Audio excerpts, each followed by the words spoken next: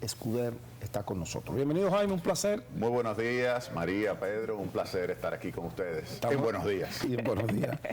Jaime, la República Dominicana tiene concentrado como que muchos problemas actualmente y el gobierno tiene dos alternativas. O aprueba una reforma fiscal o sigue tomando préstamos. Después de la pandemia todo está patas arriba. Este documento que, a pesar de que Homero dijo que no, que ellos colaron para, más o menos para tantear a los dominicanos, hasta usted dio su versión de cómo podrían ser las cosas. ¿Qué usted cree que nos conviene ahora como país, como gobierno, a los dominicanos cuando ya todo, en este país, todo está caro? Encima de eso, vendría una reforma fiscal que, aunque se quiera o no, también le complica la vida, sobre todo a la clase media. Jaime, antes de contestarle a María, permíteme dar la información que tú mismo nos serviste de la muerte del general de 4 estrellas, político, diplomático estadounidense, Colin Powell. El secretario de Colin Estado. Powell, ex secretario de Estado de los Estados Unidos, falleció, al parecer en la madrugada de hoy, víctima del COVID-19. Paz Según a su alma. CNN. Adelante. Y estaba vacunado. Y estaba vacunado. Sí. Vacunado. O sea, que lo que te dice a ti que hay que vacunarse y cuidarse. Que la cosa es seria. Exactamente, exactamente. Mira, con relación al tema de las finanzas públicas, no cabe duda de que la situación del COVID provocó un aumento del déficit público que llevó la deuda a un 70% del Producto Interno Bruto. Ahora, con el crecimiento de este año, la deuda de ese 70 va a bajar alrededor del 64% del PIB. Pero hay que continuar mejorando la posición fiscal en los próximos años para que se pueda seguir disminuyendo esa deuda ya por el lado de la reducción de gastos con relación al nivel de ingresos que se tenga. Para eso tú necesitas reducir los gastos y mejorar los ingresos. Para la reducción de los gastos, ahí tú tienes que concentrarte en gasto corriente, no gasto de capital. Este año nosotros vamos a terminar con un nivel de gasto de capital muy bajito, muy bajo comparación con lo que es lo normal de la República Dominicana, que es alrededor del 3-4% del Producto Interno Bruto. Este año vamos a terminar con 1.2% del Producto Interno Bruto. De tal manera que habría que concentrarse entonces en el gasto corriente. El gobierno ha hecho su esfuerzo, pero todavía hay que hacer más para poder reducir ese gasto corriente. Ahora, ¿es eso suficiente? Hay que irse entonces por el lado de las recaudaciones. En las recaudaciones, antes de tocar cualquier tasa, lo que hay que concentrarse es en la evasión. Aquí hay lugares donde claramente está identificado que son informales, que no pagan nada de impuestos, que tú tienes que ponerlo a pagar impuestos. En ese sentido, hay mecanismos que se pueden poner en marcha que pudieran hacer que esas actividades comiencen a pagar los impuestos que están establecidos. Por ejemplo, impuestos sobre la renta, hay una evasión por encima del 50%, tanto personas físicas como jurídicas.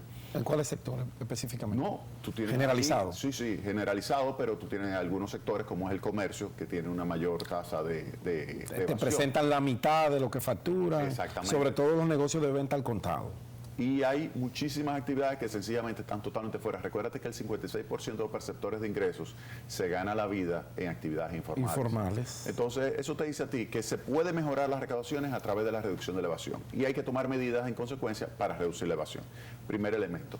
Hay que, bueno, con relación al ITEVIS pasa lo mismo. Casi el 50% del ITEVIS, más del 45%, es evasión. Por lo tanto, se pudiera también reducir la evasión con algunas medidas, claro, con algunas medidas que te permitan a ti mejorar las recaudaciones. Luego, entonces, habría que pensar, después que tú hagas eso, mejoras el tema del gasto, mejoras el tema de la evasión, luego entonces tú dices, bueno, ¿cuál es la reforma que yo necesito? Y en ese sentido, tú necesitarías una reforma que te lleve el sistema impositivo hacia uno que tenga las siguientes características: que sea equitativo, ¿qué significa eso? Que sea equitativo, que dos personas con el mismo nivel de ingreso o nivel de consumo tributen igual. Claro. Eso significa que tú tienes que enfrentar el tema de la informalidad. Exacto. Porque ahora mismo dos personas, uno en el mundo formal y otro en el mundo informal, el que está en el mundo formal paga impuestos. Por ejemplo, el otro no, paga el 27% de impuestos sobre la renta y este no paga nada. Y cuando viene a ver el informal le va mejor también. Exacto. No, tiene que irle mejor porque ya él tiene un 27% menos. Mira, si tú tomas los ingresos de ambos grupos, tú dices, mira, el formal tiene un nivel de ingreso superior al informal, sí. Pero cuando tú haces el ajuste, por ejemplo, por el nivel educativo, te das cuenta que el informal puede ganar más que el formal. O sea, eso ya se ha estimado.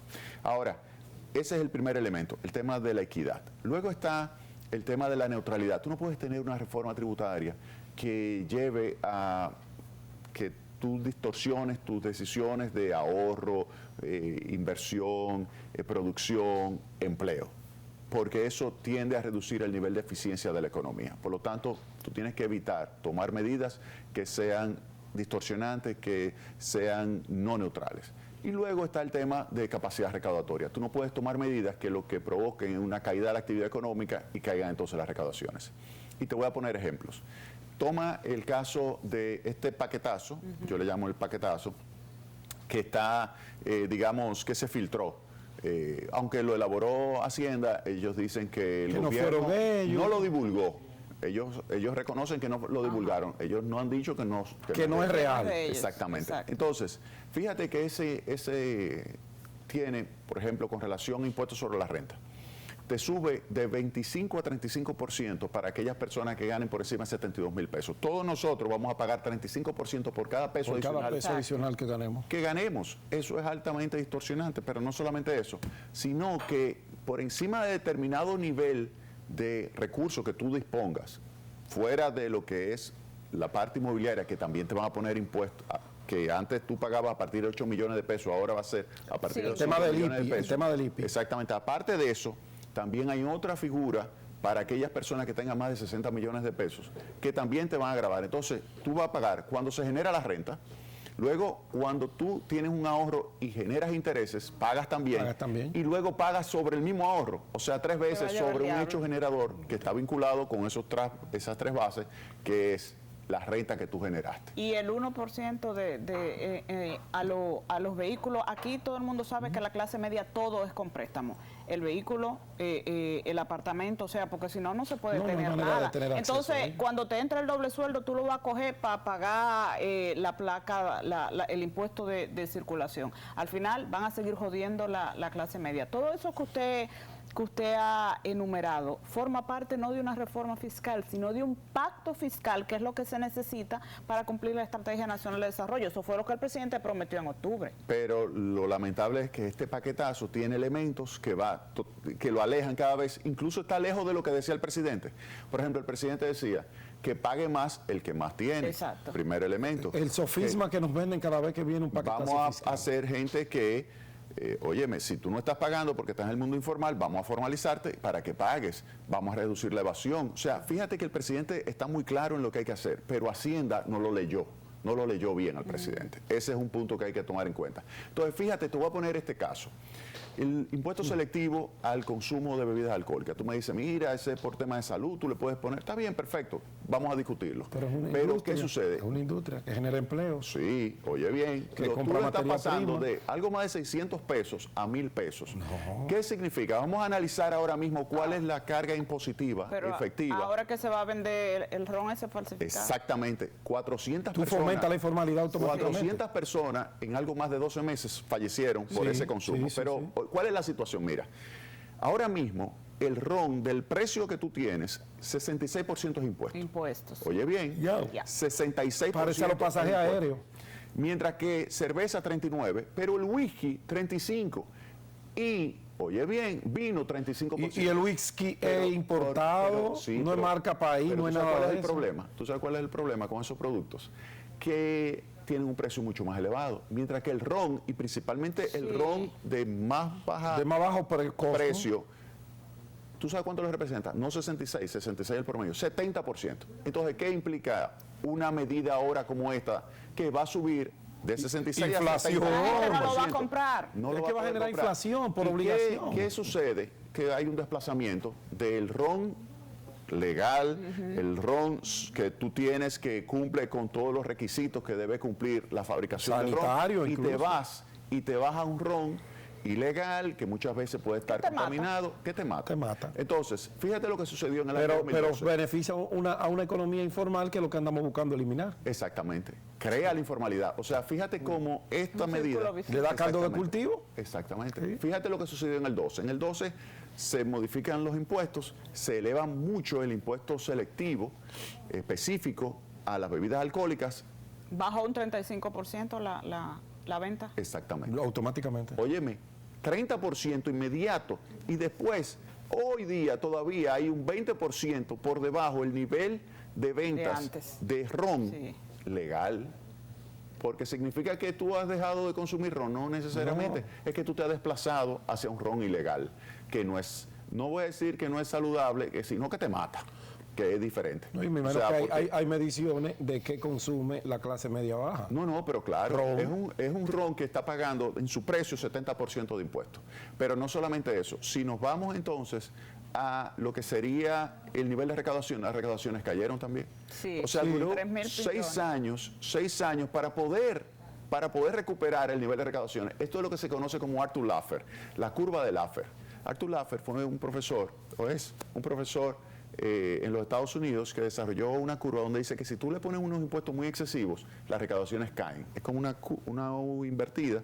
Si tú le aumentas mucho los impuestos, caen las recaudaciones. Eso es lo que ha sucedido con el tema de las bebidas alcohólicas. Se ha pasado el nivel de impuesto del nivel óptimo y entonces por eso han caído. Entonces, en esta propuesta lo que se pretende es elevar la carga impositiva específica, porque el problema de la específica no es la ad valorem, porque la ad valorem sí se pudiera aumentar. Tú pudieras aumentar, si tú necesitas los recursos y tú dices, yo le voy a aumentar a las bebidas alcohólicas porque requiero esos recursos, pero tengo dos opciones. Uno, sobre el contenido alcohólico, que es ese que yo te digo, algo más de 600 pesos por litro de alcohol absoluto, llevarlo a 1.000 pesos, esa o una que sea sobre el valor. Sobre el valor. Ahí ya, si es sobre el valor, no hay problema. ¿Por qué? Porque entonces pagarían más, ¿cuáles? Pagarían más Lo que más tiene. el vino, el whisky, que son los que consume ¿quiénes? La Los más clase ricos. alta. Entonces ahí volvemos al planteamiento del presidente Luis Abinader, que paguen más los que más tienen. Entonces graben esa parte. Exactamente. Jaime, dentro de ese esquema, dentro de ese conglomerado de reforma fiscal, hay un tema muy preocupante que el sector comercio lo sabe, pero como que todavía como que no le dan y impacta directamente en el producto final. Es el tema de los fletes. Claro. Yo leía hoy en el periódico que eso se va a mantener hasta el 2023. Es la proyección que tienen los Sí. navieros. Si se mantiene ese proceso de elevación de los fletes, que un flete antes de la pandemia costaba 2.000 pesos de China Dólares. aquí, dólares, hoy está costando 17.000 dólares. Correcto. Y obligatoriamente eso tiene que caer en la mercancía que trae ese contenedor. ¿Qué va a pasar si se aprueba esa reforma fiscal con los productos que vienen importados, que son la mayoría? El sector construcción, vienen los alambres, viene todo. Sí. ¿Qué pasaría? ¿Cómo impactaría esto? ¿Y cómo encajaría esto dentro de ese marco de reforma? Fíjate, nosotros tenemos ahora mismo una inflación a septiembre de 7.7%, está por encima de la meta. El De la Banco Central meta. está tratando de que vuelva otra vez en la meta y controlando también las expectativas de inflación que se mantienen En la región todavía. anda como en 4 y algo la inflación. Sí, bueno, hay países que es un poquito más alto, ya Chile, por ejemplo, ya está acercándose al 6%, podría terminar, pero República Dominicana, cuando tú lo comparas con la meta, que es 4% más menos 1, estamos por encima de la meta. Todavía las expectativas se mantienen tal que para el año que viene tú pudieras converger hacia lo que sería el 4% más menos 1. Más o menos. Pero en ese año va a ser muy difícil reducirla. ¿Por qué? Porque hay una inflación importada. Una inflación importada que, como tú muy bien dices, y por eso fue que el gobernador en esa reunión en el Palacio Nacional dijo que lo que había que hacer era reducir y colocar el flete al nivel que existía pre-COVID, para que, aunque tú tuvieras una menor base imponible y tuvieras menos recaudación, pero en realidad iba a tener una menos costo implicaba un menor empuje de costo a la inflación. O sea, el gobernador plantea que cuando aduana vaya a valorar el pago impositivo de esas importaciones, lo haga con los 2.000 o 3.000 dólares que tenía Correcto. antes de la pandemia, no con los 17.000. Exactamente. ¿Por qué? Porque él sabe que con eso se Muchos- lograría se quitarle dispara. presión, le lograría quitarle presión a los precios y de esa manera tú logras converger más rápidamente la inflación Claro. hacia la meta. El gobernador Héctor Valdés sabe muy bien cómo manejar las expectativas, sabe manejar muy bien cómo evoluciona el índice de precio del consumidor y él dio esa recomendación. Lamentablemente no le hicieron caso. no le hicieron caso o decidieron seguir simplemente recaudando, ¿te das cuenta? Porque él ha mejorado mucho Entonces, la el recaudación gobierno por ahí. insiste en que ellos necesitan la aprobación de ese parche fiscal antes de aprobar el presupuesto, que tiene que estar antes de finalizar el año, Sí. ¿cierto? Sí. De no aprobarse, ¿cuáles cartas pudiera jugar el gobierno? Porque Más preto. mirando a un Danilo Medina, que salió ayer, que parece que ya va a hacer oposición, va a jugar su rol, un Leonel Fernández, que ha estado en el escenario de manera permanente, ha sido muy enfático con el tema del De alto la costo inflación, y con la sí. inflación. Todavía hoy hablaba de eso en su foro global del periódico Listín Diario. Entonces, ¿qué opciones tendría el gobierno? Porque yo no creo que eso se lo aprueben a él en el Congreso. Yo no Mira, tal como está, no deberían aprobársela, porque las consecuencias serían muy negativas. Yo creo que si se va a hacer una reforma tributaria, tiene que ser una reforma tributaria con los principios que el mismo presidente enarbolaba cuando estaba en campaña. Que el economista, Exactamente. él sabe O de sea, eso. primero el gasto público. Él tiene que seguir mandando mensajes de que el gasto se está reduciendo y que se está mejorando la calidad del gasto y que se está utilizando un presupuesto basado en resultados, todo eso. Luego está el tema de la evasión. ¿Cuáles son las medidas que tú tienes para enfrentar la evasión? Por ejemplo, medidas para enfrentar evasión, tú pudieras establecer agentes de percepción o retención a nivel de la cadena de suministro, donde si tú tienes un bolsón de evasión aquí, en el comercio informal, pero tienes unos suplidores, ya sea manufactureros locales o ya sea importadores, que les suplen a ellos, pues que retengan, por ejemplo, el ITEVIS. Que en la etapa última ellos puedan retenerlo antes y de esa forma le devuelven el dinero ya a la Dirección General de Impuesto Interno. Con eso tú reduces la evasión en esa última etapa del proceso de comercialización del producto. Por el lado de impuestos sobre la renta, tú pudieras establecer, en vez de ser el impuesto sobre la renta, que te engañan muchísimo, te abultan los costos de venta, te aumentan los gastos, hasta la pizza de los domingos te la ponen como si fuera un gasto. Exactamente, como gasto. Tú digas, mira, vamos a hacer una cosa. ¿Cuál es tu tasa efectiva del sector? Debería ser 3, debería ser 4, bueno, el porcentaje que sea, pero sobre las ventas. Y me olvido del impuesto sobre la renta a personas jurídicas. Y lo borro. Ya tú no tienes que gastar un centavo ni en contadores, ni en papeleo, sería nada. interesante. Óyeme, y así es más fácil porque tú te apareces en un negocio informal. Por ejemplo, a mí me dicen que hay unos negocios en el área textil de los chinos que no pagan nada. Nada, no un peso no pagan. Los chinos no pagan impuestos. Exactamente. Y están acabando con la industria local. Se la están comiendo viva. Exactamente. Entonces, con eso tú te apareces y le haces un punto fijo y ahí tú le determinas cuánto que te tienen que pagar. Y lo identificas para que después no se te desaparezcan, porque lo que me dicen es que tú tratas de hacerle una inspección y al otro día ya se mueven de ahí. Se mueven del lugar. Sí. Aunque hay grandes negocios que ellos han ido instalando, que bueno, yo no te voy a decir que compiten, desaparecieron a las grandes ferreterías locales, porque ahora son mueblería, ferretería y tienen de todo, pero todo es todo. Ellos comenzaron con los picapollos. Ajá, no, ya no, eso lo dejaron ellos. Exactamente.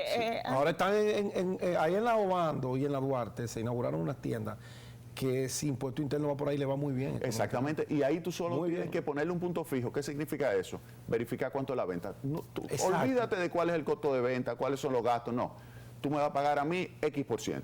Y ya. Entonces con eso tú reduces la evasión. Entonces ese es el otro punto.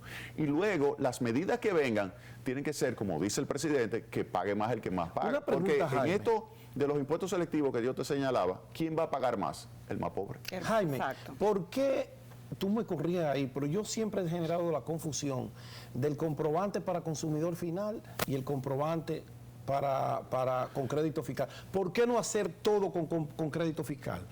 ¿Por qué que cuando yo recibo una factura con crédito consumidor final, el comercio no está obligado a reportarla a impuestos internos? Él puede, con una doble contabilidad, manejarla por detrás y no reportarle al fisco la venta, pero él vendió y cobró el ITEVIS. Y cobró el ITEVIS. ¿Por qué no, pero en la reforma pudiera venir, tú me corriges, claro, que sea todo crédito fiscal? No, y no necesitas una reforma, con eso es norma. Una resolución. Exactamente, eso ayudaría. Eso es por norma. Sí, se pueden tomar muchísimas medidas para tú poder tener la capacidad de reducir la evasión impositiva. Exacto. Yo creo que antes de aumentar tasas, como decía el mismo presidente, el presidente dice, yo creo en tasas menores, tasas más bajas, y de esa Exacto. forma ampliar la base. Teoría mejorar las china. recaudaciones. No, que óyeme, esa es la teoría de Laffer, o sea, de Arthur Laffer. De Arthur Laffer. Si tú quieres mejorar las recaudaciones, baja las tasas, aumenta la actividad, aumenta la base, aumenta las recaudaciones. recaudación, Y claro. vuelvo, te Se pongo cae de el la caso. ¿Cuáles países aplican esa teoría? No, mira, esa es una súper discusión que obviamente llegó con Ronald Reagan,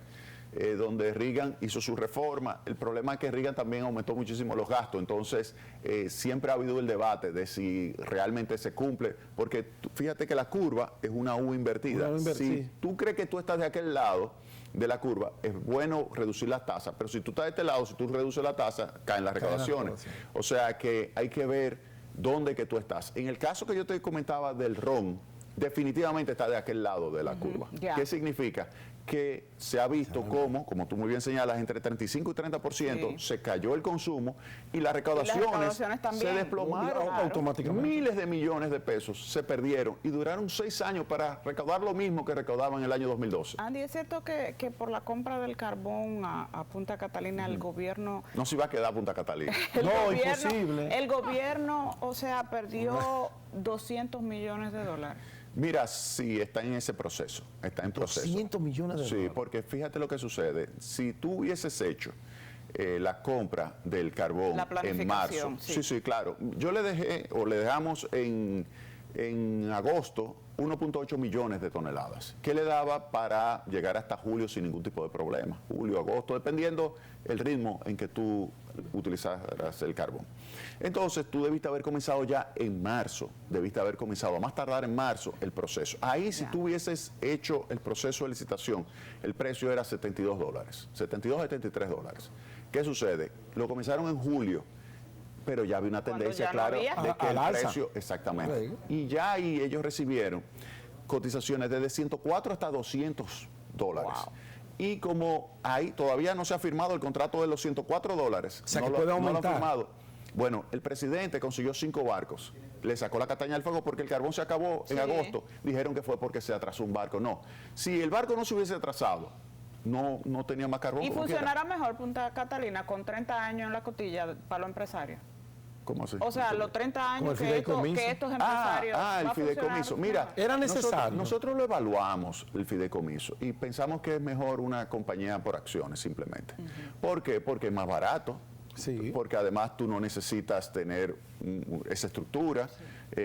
Cuando tú pudieras tener una compañía donde tú pudieras incluso tener socios Y vender que acciones. vengan con operadores, con un operador que te la manejen adecuadamente la planta en términos técnicos y al mismo tiempo tú tener una buena estructura administrativa como la refinería, por ejemplo, que te permita a ti sacarle el máximo provecho y obtener los $250 millones de beneficio que tiene que ganar Punta Catalina. ¿Cuánto cuesta Punta Catalina hoy al día? Hoy. Mira, Punta Catalina, el valor de construcción fue $2.454 millones y en ese momento habíamos estimado $2.600 millones el valor de mercado de Punta Catalina. Ahora, obviamente, con el cambio del precio del carbón cambia un poco el valor, habría que ¿Sube o baja? actualizar. No, pudiera subir porque fíjate lo que pasa, ha sucedido no solamente un aumento del precio del carbón, sino un aumento de todos los precios.